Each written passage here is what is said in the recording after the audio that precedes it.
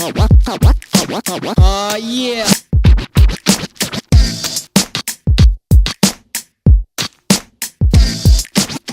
Hey everybody, want to welcome you to Five for a Change. What I'm going to do tonight is we're going to go over some ways to make fire starters. Now, I have never made them this way, and it's a combination of a few things I saw on YouTube, but also kind of my own ideas.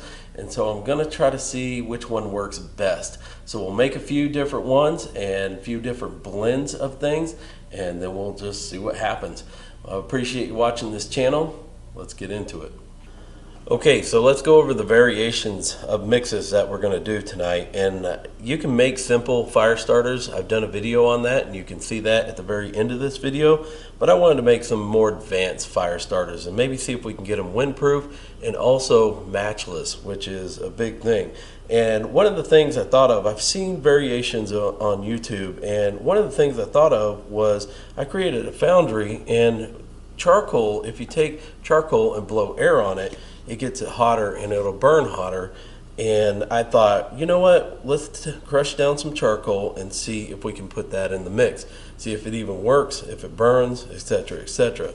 Now this right here is wood pellets, and what I did was I took an industrial blender and I blended down some wood pellets in this industrial blender, which makes for a good sawdust almost, to that effect. Now some people do use lava rocks, which is kind of a weird ingredient, I guess, but we're going to try that because I have seen it done, but I'm not sure how well it works or if you have to crush it down even further, etc., etc. But I've crushed it just enough to make them into small chunks, just like my charcoal.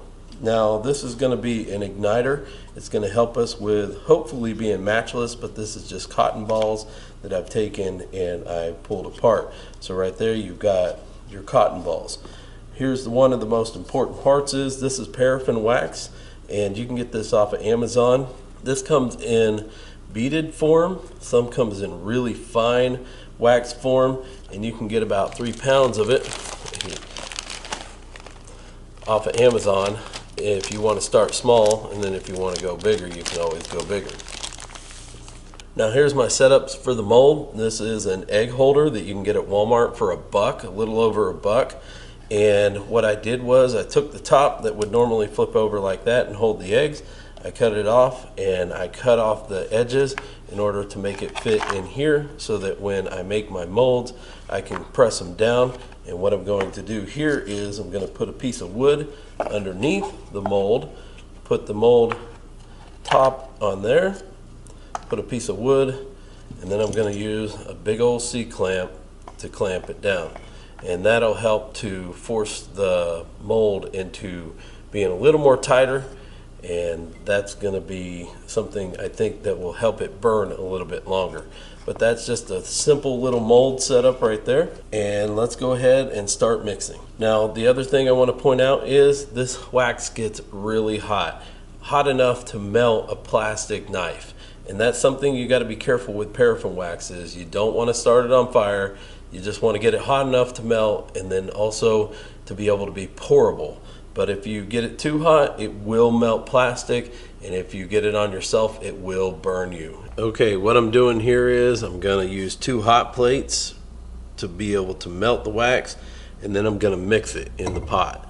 So I'll melt the wax over here, I'll put our blend over here, mix it a little bit, and then we'll pour it into our mold. So I'm going to go ahead and put these in.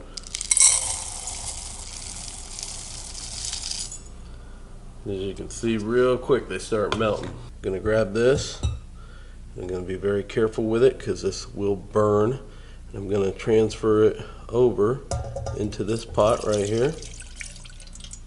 Now that we've got that, you say, well, why didn't you just melt it over there? Just because while I'm mixing one side, I can be putting more over here and creating, kind of keeping the line going. So what I'm going to do is I'm going to take the charcoal and I'm going to put it in. Ooh, that is really weird. I don't know. That makes me nervous. Makes me nervous there. And so I've never done that before.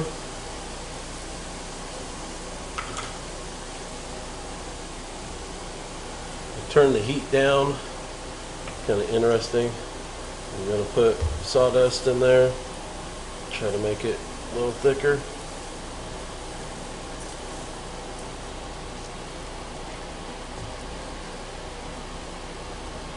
I'm going to stir this real quick.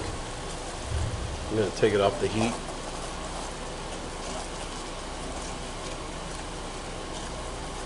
Didn't think about that when I did that. I'm going to make it a pretty good thick mix. Try to cool it off a little bit before I pour it into the mold. I did not know it was going to bubble up like that, so we're going to have to see what happens here. Going to pour in a little bit more sawdust, which I'm realizing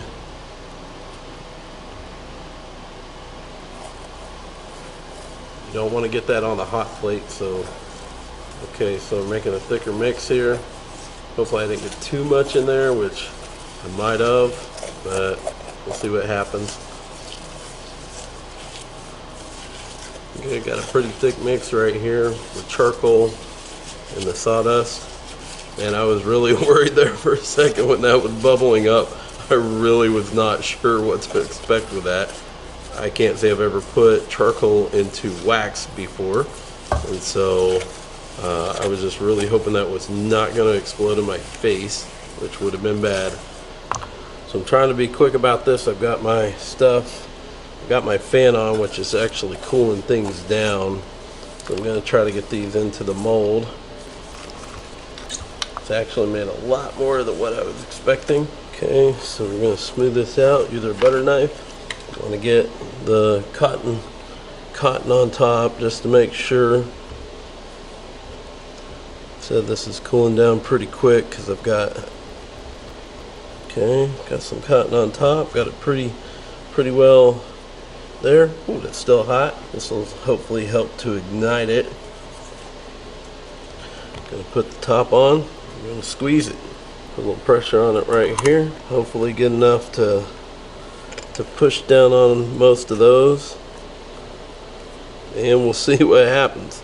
And then we can just sit and wait. There you go, right there. We'll see what happens. We'll see if they even work. Never know till you try, right? We'll see what we got here. Hopefully it's all set well, and hopefully I can pry this top off. Well, looks like we got one there. Some of it stuck, some of it didn't. It's kind of interesting there what happened. Some of them are still warm, but have little fire starters right here.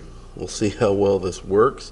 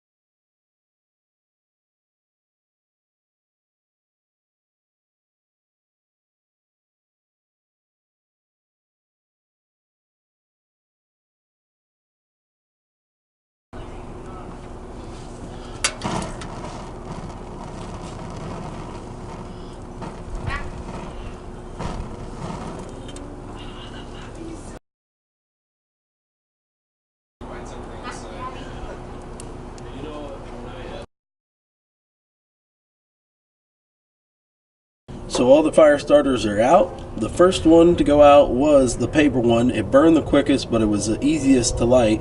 The next one was a lint fire starter, and that one burned a little bit longer. Next to last was the lava rock fire starter, which it burned, but it didn't burn nearly as close to as long as the charcoal slash wood pellet mix, and that one burned for quite a while. And also when you blew on it, it would relight itself, so I thought that was pretty cool too.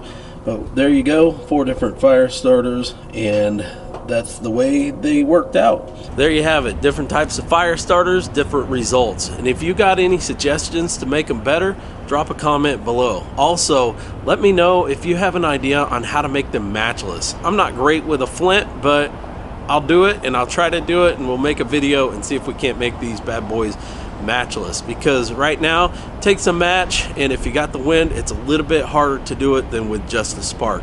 Don't forget to like and subscribe. Also, check us out at 5forchange.org, where we've got our social site. You can join up and share your ideas.